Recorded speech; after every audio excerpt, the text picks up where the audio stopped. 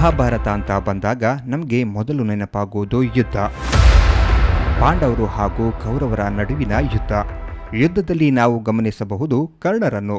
ಇವತ್ತಿಗೂ ಕರ್ಣ ಅಂದರೆ ಒಬ್ಬ ಹೀರೋ ಲೆವೆಲ್ಗೆ ಅವರ ಶಕ್ತಿ, ವ್ಯಕ್ತಿತ್ವ ಮೆಚ್ಚುವಂಥದ್ದು. ಯುದ್ಧದಲ್ಲಿ ಅರ್ಜುನನ ಬಾಣದ ಶಕ್ತಿಯಿಂದ ಕರ್ಣನ ರಥ ತುಂಬ ಹಿಂದಕ್ಕೆ ಹೋಗ್ತಾ ಇತ್ತು. ಪ್ರತಿ ಬಾರಿ ಅರ್ಜುನ ಬಿಟ್ಟ ಬಾಣ ತಾಗಿದಾಗಿನಿಂದ ಪ್ರತಿ ಬಾರಿ ಹಿಂದಕ್ಕೆ ಹೋಗ್ತಾ ಇತ್ತು. ಆದರೆ ಕರ್ಣ ಬಿಟ್ಟ ಬಾಣದಿಂದ ಅರ್ಜುನನ ರಥ ಕೇವಲ 7 ಅಡಿ ಹಿಂದಕ್ಕೆ ಹೋಗ್ತಾ ಇತ್ತು. ಪ್ರತಿ ಬಾರಿಯೂ ಕರ್ಣನ ಬಾಣ ತಾಗಿ ಅರ್ಜುನನ ರಥ 7 ಅಡಿ ಹಿಂದಕ್ಕೆ ಹೋದಾಗ ಸಾರಥಿಯಾಗಿದ್ದ ಕೃಷ್ಣ ಹೇಳ್ತಾ ಇದ್ರು, ಎಷ್ಟು ವೀರನಾಗಿದ್ದಾನೆ ಈ ಕರ್ಣ ಅಂತ. ಅರ್ಜುನನ ಬಾಣ ತಾಗಿ ಕರ್ಣನ ರಥ ತುಂಬಾ ಹಿಂದಕ್ಕೆ ಹೋದರೂ ಕೂಡ, ಪ್ರತಿ ಬಾರಿ ಹಿಂದಕ್ಕೆ ಹೋದರೂ ಕೂಡ ಏನೂ ಹೇಳದೆ ಸುಮ್ಮನೆ ಇರ್ತಾ ಇದ್ರು. ಆದರೆ ಕರ್ಣನಿಗೆ ಮಾತ್ರ ಅವನೆಷ್ಟು ವೀರ ಅಂತ ಹೇಳ್ತಾ ಇದ್ರು. ಇದು ಪದೇ ಪದೇ ಕೃಷ್ಣ ಕರ್ಣರನ್ನು ವೀರ, ಶೂರ ಅಂತ ಹೇಳ್ತಾ ಇದ್ದುದನ್ನು ಕೇಳಿದಾಗ ಅರ್ಜುನ ಅಶ್ವಸ್ಥನಾಗಿ ಕೃಷ್ಣರಲ್ಲಿ ಕೇಳ್ತಾರೆ, ಓ ವಾಸುದೇವ, ತಾವು ಎಂಥ ಪಕ್ಷಭೇದ ಮಾಡ್ತಾ ಇದ್ದೀರಿ? ನಮ್ಮ ರಥ ಕೇವಲ 7 ಅಡಿ ಮಾತ್ರ ಹಿಂದಕ್ಕೆ ಹೋಗ್ತಾ ಇದೆ. ಆದರೆ ನನ್ನ ಬಾಣದ ಶಕ್ತಿಯಿಂದ ಕರ್ಣನ ರಥ ಬಹಳ ದೂರ ಹಿಂದಕ್ಕೆ ಹೋಗ್ತಾ ಇದೆ.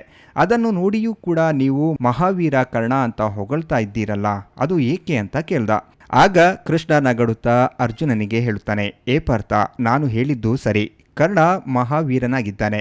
ನೀನು ಮೇಲಕ್ಕೆ ನೋಡು. ನಿನ್ನ ರಥದ ತುದಿಯಲ್ಲಿ ಜಗತ್ತಿನ ಅತ್ಯಂತ ಶಕ್ತಿಶಾಲಿಯಾದ ವೀರ ಹನುಮ. ಮುಂದೆ ನಿಮಗೆ ಸಾರಥಿಯಾಗಿ ನಾನು ಇದ್ರೂ ಕೂಡ ಕರ್ಣನ ಬಾಣ ತಾಗಿ ರಥ 7 ಅಡಿ ಹಿಂದಕ್ಕೆ ಹೋಗ್ತಾ ಇದೆ.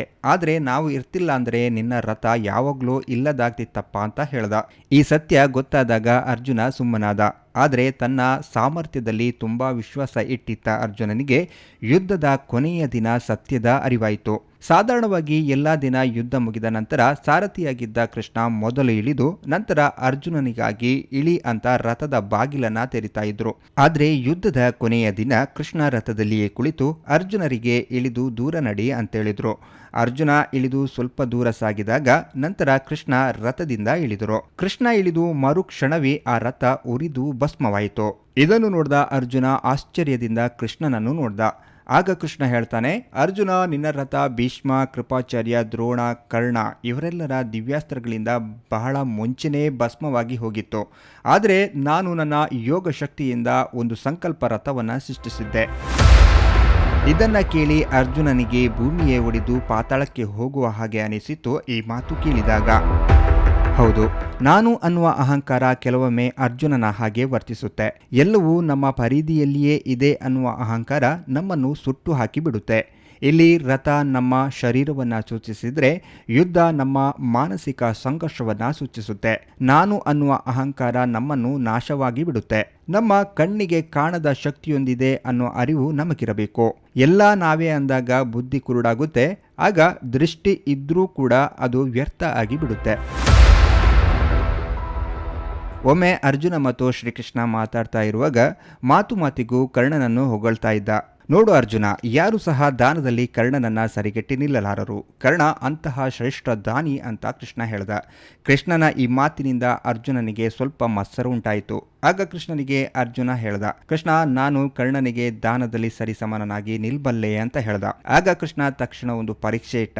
ಇವರು ಮಾತಾಡ್ತಾ ಇದ್ದ ಅದೇ ಸಮಯಕ್ಕೆ ಒಬ್ಬ ವ್ಯಕ್ತಿ ಅವರೆದುರಿಗೆ ಬರ್ತಾ ಇದ್ದ. ಅವನು ತುಂಬ ದುಃಖದಲ್ಲಿ ಇದ್ದ, ಭಿಕ್ಷೆ ಬೇಡುವ ರೀತಿಯಲ್ಲಿ ಇದ್ದ. ಅವನು ಇವರ ಬಳಿ ಬಂದು ಹೇಳ್ದ, ನನ್ನ ಮಡದಿ ಮರಣ ಹೊಂದಿದ್ದಾಳೆ ಸ್ವಾಮಿ, ಅವಳ ಶವ ಸಂಸ್ಕಾರಕ್ಕೆ ಗಂಧದ ಮರ ಬೇಕಾಗಿದೆ. ಅದಕ್ಕಾಗಿ ನಾನು ಅಲಿತಾ ಇದ್ದೇನೆ, ನೀವು ನನಗೆ ಸಹಾಯ ಮಾಡ್ತೀರಾ ಅಂತ ಕೇಳ್ದ. ಅರ್ಜುನ ತನ್ನ ಸೇವಕರನ್ನ ಕರೆದು ಈತನಿಗೆ ಗಂಧದ ಮರ ಬೇಕಾಗಿದೆ, ವ್ಯವಸ್ಥೆ ಮಾಡಿ ಅಂತ ಹೇಳ್ದ. ಸ್ವಲ್ಪ ಸಮಯದ ನಂತರ ಆ ಸೇವಕ, ಎಲ್ಲೂ ಗಂಧದ ಮರ ಸಿಗ್ತಾ ಇಲ್ಲ ಪ್ರಭು, ಮಾರುಕಟ್ಟೆಯಲ್ಲಿಯೂ ಸಿಗ್ತಾ ಇಲ್ಲ ಅಂತ ಹೇಳ್ದ. ಅರ್ಜುನ ಬ್ರಾಹ್ಮಣನಲ್ಲಿ ಕ್ಷಮೆ ಯಾಚಿಸಿ, ಎಲ್ಲೂ ಗಂಧದ ಮರ ಶೇಖರಣೆ ಇಲ್ಲದಿರುವುದರಿಂದ ನನ್ನಿಂದ ಏನು ಮಾಡಲಾಗ್ತಿಲ್ಲ ಅಂತ ಹೇಳ್ದ. ಶ್ರೀಕೃಷ್ಣ ಆ ವ್ಯಕ್ತಿಗೆ ಕರ್ಣನ ಬಳಿ ಹೋಗಲು ಹೇಳ್ದ. ಆ ಬ್ರಾಹ್ಮಣ ಕರ್ಣನ ಬಳಿ ಹೋಗಿ ಅವಶ್ಯಕತೆಯನ್ನ ಹೇಳಿಕೊಂಡ. ಕರ್ಣನು ಶ್ರೀಗಂಧವನ್ನ ಒಪ್ಪಿಸಬೇಕೆಂದು ಸಾಕಷ್ಟು ಪ್ರಯತ್ನ ಪಟ್ಟ. ಆದರೆ ಎಲ್ಲೂ ಸಹ ಸಿಗಲಿಲ್ಲ. ಕರ್ಣನ ಬಳಿ ಯಾರಾದರೂ ಬಂದು ಏನನ್ನೇ ಬೇಡಿದ್ರು ಅವರು ಅದನ್ನ ಪಡೆಯದೆ ಹೋಗೋದನ್ನ ಕರ್ಣ ಸಹಿಸ್ತಾ ಇರಲಿಲ್ಲ. ಈ ಸಮಯದಲ್ಲಿ ಕರ್ಣನಿಗೆ ಒಂದು ವಿಚಾರ ನೆನಪಾಯಿತು. ಅವನ ಅರಮನೆಯ ಕಂಬಗಳು ಶ್ರೀಗಂಧದಿಂದ ಮಾಡಲ್ಪಟ್ಟಿದೆ ಅನ್ನೋದು ಗೊತ್ತಾಗಿ ತಕ್ಷಣ ಒಂದು ಕೊಡಲಿ ತರಲು ಹೇಳಿ ಆ ಕಂಬಗಳನ್ನು ಕತ್ತರಿಸಲು ಶುರು ಮಾಡ್ದ. ಆ ಭಾಗದ ಅರಮನೆ ಹಾಳಾಯಿತು. ಆದರೂ ಆ ಬ್ರಾಹ್ಮಣ ಬಯಸಿದ್ದಷ್ಟು ಗಂಧದ ಮರವನ್ನ ಕೆತ್ತಿಕೊಟ್ಟ. ಬ್ರಾಹ್ಮಣ ಹಿಂದಿರುಗಿದ ಅದೇ ದಾರಿಯಲ್ಲಿ ಕೃಷ್ಣ ಮತ್ತು ಅರ್ಜುನ ಬ್ರಾಹ್ಮಣನನ್ನ ಭೇಟಿ ಮಾಡಿದ್ರು. ನೀನು ಗಂಧವನ್ನ ಹೇಗೆ ಪಡೆದೆ ಅಂತ ಕೃಷ್ಣ ಕೇಳ್ದ. ಆಗ ಬ್ರಾಹ್ಮಣ ಹೇಳ್ದ, ಆ ಮಹಾತ್ಮ ಕರ್ಣ ನನಗೆ ಗಂಧದ ಮರವನ್ನ ಕೊಡಬೇಕೆಂದು ಅವನ ಅರಮನೆಯ ಕಂಬಗಳನ್ನ ಕತ್ತರಿಸಿಕೊಟ್ಟ ಅಂತ ಹೇಳ್ದ. ಅರ್ಜುನನಿಗೆ ಆಶ್ಚರ್ಯವಾಗುತ್ತದೆ. ಆಗ ಕೃಷ್ಣ ಅರ್ಜುನನತ್ತ ತಿರುಗಿ, ನಿನಗೆ ಈಗ ಅರ್ಥವಾಯ್ತಲ್ವಾ ನಾನೇಕೆ ದಾನದಲ್ಲಿ ಕರ್ಣನನ್ನ ಹೊಗಳ್ತಾ ಇದ್ದೀನಿ ಅಂತ ಹೇಳ್ದ. ಅರ್ಜುನ ಆ ಮಾತನ್ನ ಒಪ್ಪಿ ಕೃಷ್ಣನಿಗೆ ನಮಸ್ಕರಿಸಿದ. ದಾನಶೂರ ಕರ್ಣ ಲೇಖನದಿಂದ ಈ ಕಥೆಯನ್ನು ಆರಿಸಲಾಗಿದೆ.